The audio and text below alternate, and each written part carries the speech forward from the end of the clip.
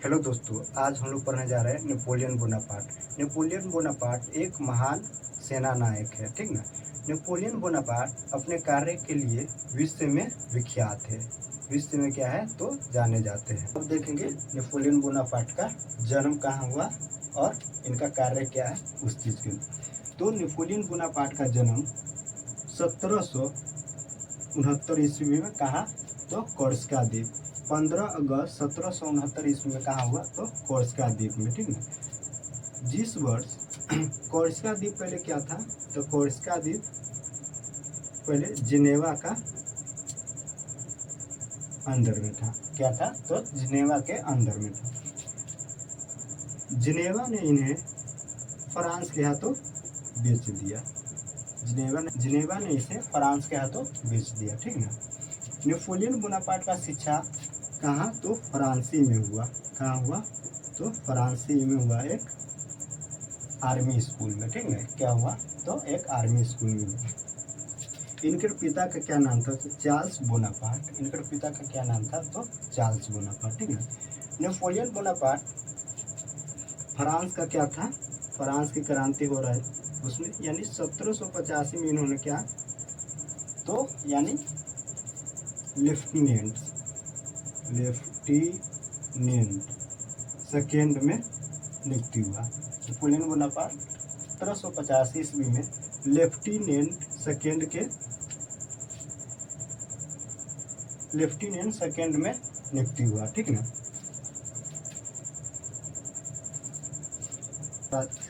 France का शासक कौन था तो लुई 16वां। फ्रांस का शासक कौन था तो लुई 16वां।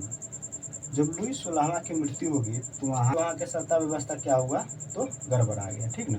जब लुई 16वां की मृत्यु हुई तो वहाँ का शासन व्यवस्था, ठीक ना, 1792 के बाद वहाँ का शासन व्यवस्था था वो किसी और के हाथ में चला गया, ठीक ना। धीरे धीरे 1795 से 99, ठीक ना, ये सत्ता किसके हाथों में तो डायरेक्टरी शासन व्यवस्था के हाथों में आ गए, ठीक ना। फिर 1799 में क्या हुआ तो यहाँ नेपोलियन बोनापार्ट इन्होंने अपने हाथों में वहाँ की सत्ता यानी ले ली, ठीक ना। तो डायरेक्टरी शासन व्यवस्था को क्या किया तो 1799 में उन्हें उखाड़ कर फेंक दिया, ठीक ना। 1799 में डायरेक्टरी शासन व्यवस्था की इन्होंने उखाड़ कर फेंक दिया। डायरेक्टरी शासन व्यवस्था को उखाड़ फेंका, संविधान का निर्माण किया। किसका तो संविधान का निर्माण किया, ठीक है। ये इसके कार्य में माने जाते संविधान के। तो संविधान में इन्होंने क्या किया तो गणतंत्र, क्या किया तो गणतंत्र एवं कौंसिल, ठीक ना। तो कौंसिल व्यवस्था, ठीक है। तो जिस समय जब नेपोलियन बोनापार्ट ने डायरेक्टरी शासन व्यवस्था को उखाड़ कर फेंका तो उन्होंने कैसी तो गणतंत्र व्यवस्था कर दी। तो वहाँ के जनता ने इन्हें यानी महान मानने लगे। क्या मानने लगे तो वहाँ के जनता ने नेपोलियन बोनापार्ट को महान मानने लगे, ठीक ना। धीरे धीरे इसी का वर्चस्व लेते 1804 ईस्वी में नेपोलियन बोनापार्ट ने अपने आप को क्या तो वहाँ का सम्राट घोषित कर देते, ठीक ना। वहाँ के क्या कर देते तो सम्राट घोषित, वहाँ के क्या तो सम्राट घोषित कर देते हैं। अब ये 1804 ईस्वी में वहाँ का क्या तो सम्राट घोषित कर देते हैं। और काउंसलिंग व्यवस्था क्या है तो काउंसलिंग व्यवस्था इसमें 3 व्यवस्था है। एक फर्स्ट, ये काउंसलिंग 3 रूप में, फर्स्ट, सेकेंड और थर्ड, ठीक है। तो फर्स्ट क्या था तो फर्स्ट केंद्र के रूप में, ठीक ना। तो केंद्र के रूप में वहाँ उस समय कौन था तो नेपोलियन खुद ही केंद्र के रूप में था। नेपोलियन खुद ही वहाँ केंद्र के रूप। बाकी बात ये दोनों क्या जिस प्रकार हमारे भारत में क्या अभी तो शासन व्यवस्था कैसे केंद्र, राज्य और शासन स्थानीय, ठीक ना। ठीक उसी प्रकार केंद्र, राज्य और स्थानीय। तो केंद्र के रूप में नेपोलियन खुद वहाँ कार्य करते थे। उसके बाद क्या तो राज्य वगैरह और स्थानीय रूप में भी कार्य होता था। अब इन्होंने कार्य किए उनके बारे में जाने। 1804 में जब इन्होंने सत्ता अपने हाथों में ले ली तो इन्होंने विभिन्न कार्य भी किए। तो उसमें क्या था एक कानूनी सुधार, प्रशासनिक सुधार और आर्थिक सुधार, शिक्षा सुधार और एक क्या था तो धार्मिक सुधार, ठीक ना। इन्होंने धार्मिक सुधार भी किए, धार्मिक सुधार। ठीक ना। तो संविधान निर्माण तो हो गया, तो संविधान निर्माण भी किए। तो कानून आप देखेंगे कानूनी सुधार, ठीक ना। तो कानूनी सुधार क्या था, अब इनके बारे में हम नेपोलियन स्वयं ही क्या कहते अपने शब्दों में, मुझे मेरे 40 युद्धों के लिए नहीं जाने जाएंगे, बल्कि मुझे कानूनी सुधार व्यवस्था के लिए अवश्य जाने जाएंगे, ठीक ना। तो इन्होंने जब फ्रांस की क्रांति हो रही थी तो इसकी कानूनी व्यवस्था कैसा था, तो बहुत सारा जटिल था, ठीक ना। इन्हीं जटिलता को दूर करने के लिए नेपोलियन बोनापार्ट ने एक कानूनी सुधार व्यवस्था लागू की, ठीक ना। जिस तो कानूनी सुधार में क्या था, कानूनी सुधार में दीवानी संहिता,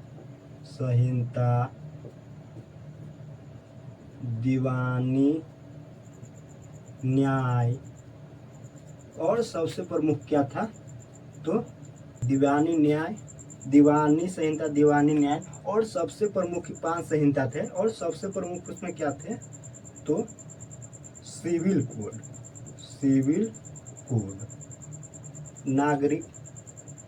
नागरिकता संहिता, ठीक ना, नागरिकता संहिता, जिससे बाद में क्या, तो नेपोलियन कोड भी कहा गया, ठीक है, नेपोलियन कोड कहा गया। अब देखेंगे क्या, तो प्रशासनिक सुधार में क्या किया, तो जब फ्रांस की क्रांति हो रही थी उस समय फ्रांस की व्यवस्था कैसी थी, तो सामंतवादी व्यवस्था क्या थी, तो सामंतवादी व्यवस्था क्या होता है, स्थानीय स्तर पर जो शासन व्यवस्था होता था वो कैसा, तो जमींदार का होता था, ठीक ना, जो जमींदार का, जो जनता पे स्थानीय स्तर पर जनता पर शासन किसका था, तो जमींदार का, ठीक ना। जब नेपोलियन बोनापार्ट क्या हुआ, शासन में आए, तो इन्होंने इस व्यवस्था को ही खत्म कर दिया, ठीक ना, इन्होंने इस व्यवस्था को खत्म कर दिया।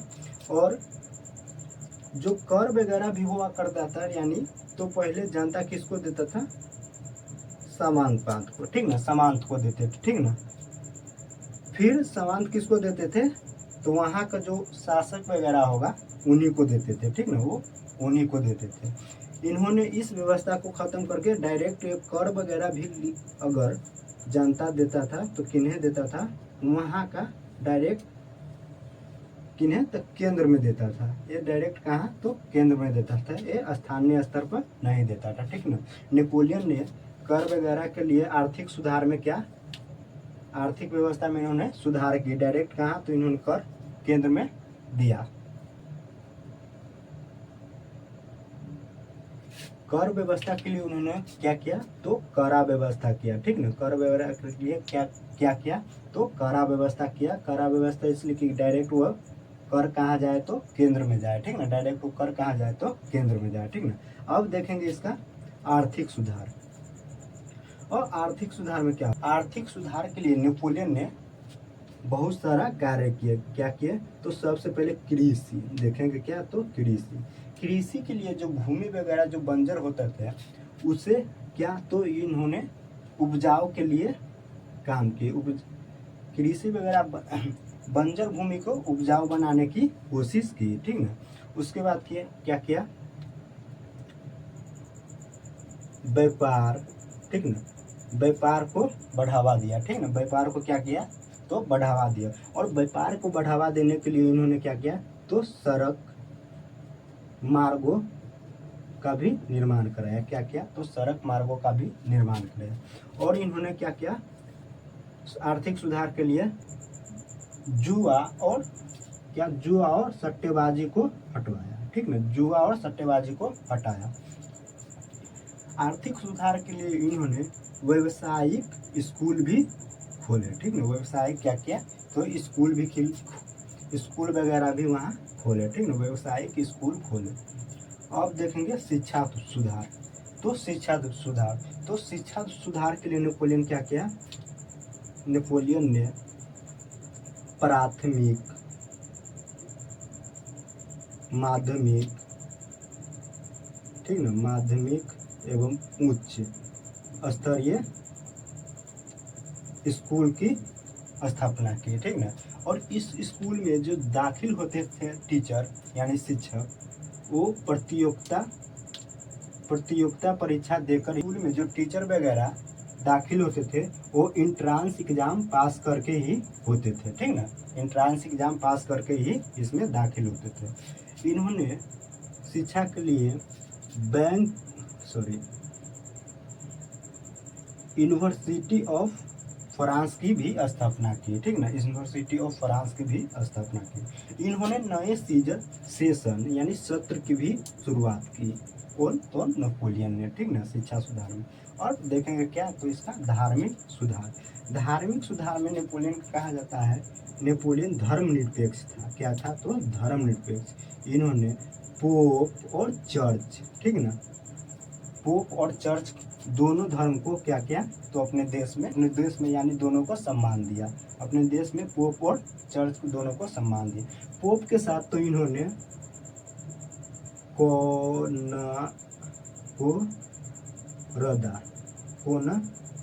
कोणकोडा जैसी समझौता भी की, ठीक ना, कॉनकोर्डा जैसी समझौता की। अब देखेंगे नेपोलियन बोनापार्ट इतना सारा कार्य करते हुए भी इनका पतन क्यों हो गया, ठीक ना। देखेंगे नेपोलियन बोनापार्ट का पतन का कार्य। तो फर्स्ट कारण क्या था, तो महाद्वीपीय व्यवस्था। महाद्वीपीय व्यवस्था क्या था, तो महाद्वीपीय व्यवस्था एक ऐसी व्यवस्था थी, चाहता था ब्रिटेन को क्या करे, विश्व, ठीक ना, विश्व स्तर पर से इनकी व्यापार को रोक दे, यानी आर्थिक रूप से इन्हें कमजोर करना चाहते थे, ठीक ना। कौन? तो नेपोलियन। ब्रिटेन कहाँ, तो ये फ्रांस, ये जर्मनी, ये इटली, जस्ट इसके अपोजिट कहाँ है, तो ब्रिटेन है, ठीक ना। फ्रांस का नेपोलियन क्या चाहता था, तो ब्रिटेन को विश्व से क्या करे, तो व्यापारिक व्यवस्था, ब्रिटेन को विश्व से व्यापार करने से रोके, ठीक ना, विश्व से क्या करे। नेपोलियन क्या चाहता था, नेपोलियन चाहता था कि ब्रिटेन को विश्व से व्यापार नहीं हो, ठीक ना। इसीलिए इन्होंने कौन सी व्यवस्था अपनाई, तो महाद्वीपीय व्यवस्था, ठीक ना, महाद्वीपीय व्यवस्था। ये चाहता आर्थिक रूप से पंगु बना दे, क्या करे, तो आर्थिक रूप से इन्हें पंगु बना दे, ठीक ना। अब देखेंगे क्या, तो स्पेन का दूसरा का कारण क्या था, तो स्पेन में युद्ध हुआ तो नेपोलियन बोनापार्ट वहां क्या हुआ, जीत गया, ठीक ना।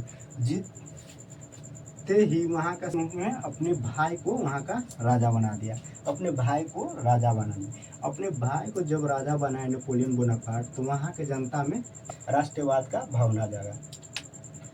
वहां का रूस पर आक्रमण, ठीक ना। अब ये नेपोलियन किन पे, तो रूस पे आक्रमण। अब रूस पे क्यों आक्रमण किया नेपोलियन ने, तो नेपोलियन ने जो महाद्वीपीय व्यवस्था लागू किया था, रूस ने उसे क्या किया, तो उल्लंघन किया, ठीक ना। रूस ने मानने से इनकार कर दिया, किसे, महाद्वीपीय व्यवस्था में क्या, तो महाद्वीपीय व्यवस्था में क्या था कि ब्रिटेन को इन्होंने चाह रहा था कि विश्व स्तर से यानी व्यापार नहीं होने दे, ठीक ना। जबकि रूस इसे क्या किया, तो उल्लंघन किया। रूस तब पर भी ब्रिटेन से क्या, तो व्यापार कर रहे हैं, ठीक ना। तो नेपोलियन ने किस पे, तो रूस पे आक्रमण कर दिया। रूस के जब आक्रमण किया तो रूस के जार ने कहा, तो साइबेरिया में शरण ले ली, ठीक ना, साइबेरिया में शरण ले ली। और नेपोलियन का सैनिक, ठीक ना, नेपोलियन का सैनिक कम से कम 5-6 महीने वहाँ ठंड में इंतजार कर रहे थे कि अब ये सरेंडर करेगा, ठीक ना। जिससे 5-6 महीने वहाँ क्या था, राशन वगैरह इत्यादि सारा का यानी सही से वहाँ पहुँच नहीं पाया, जिससे यहाँ के 6 लाख सैनिक गए थे, ठीक ना। जिसमें से 5 लाख तो वहीं पे खत्म हो गया, ठीक ना। बचा कितना, सिर्फ 1 ही लाख वहाँ से बचकर आए थे। 1 लाख बचकर वहाँ से आए थे। अब देखेंगे मित्र का एक होना, ठीक ना। अब मित्र का एक होने से क्या, तो ब्रिटेन, रूस, ऑस्ट्रिया, पर्सा, 1813 में सारा क्या हुआ, तो एकजुट हो गया। ब्रिटेन और रूस तो क्या, पर्सा, सारा क्या हुआ, तो एकजुट होगा। अब ये सारे एकजुट क्यों हुआ, तो ब्रिटेन को चाह रहा था क्या, ये नेपोलियन के विश्व स्तरीय से हम व्यापार नहीं होने दे, ठीक ना।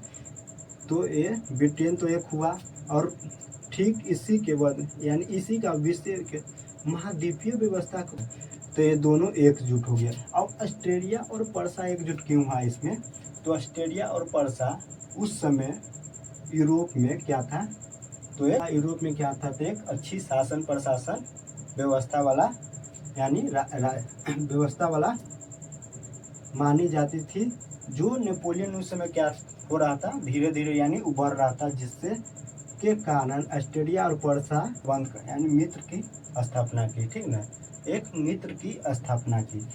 इन चारों देशों ने मिलकर ऑस्ट्रेलिया के या नेपोलियन को 1813 में एकजुट बनाया, और एकजुट बनाकर वहां से हटाने की कोशिश की, ठीक ना।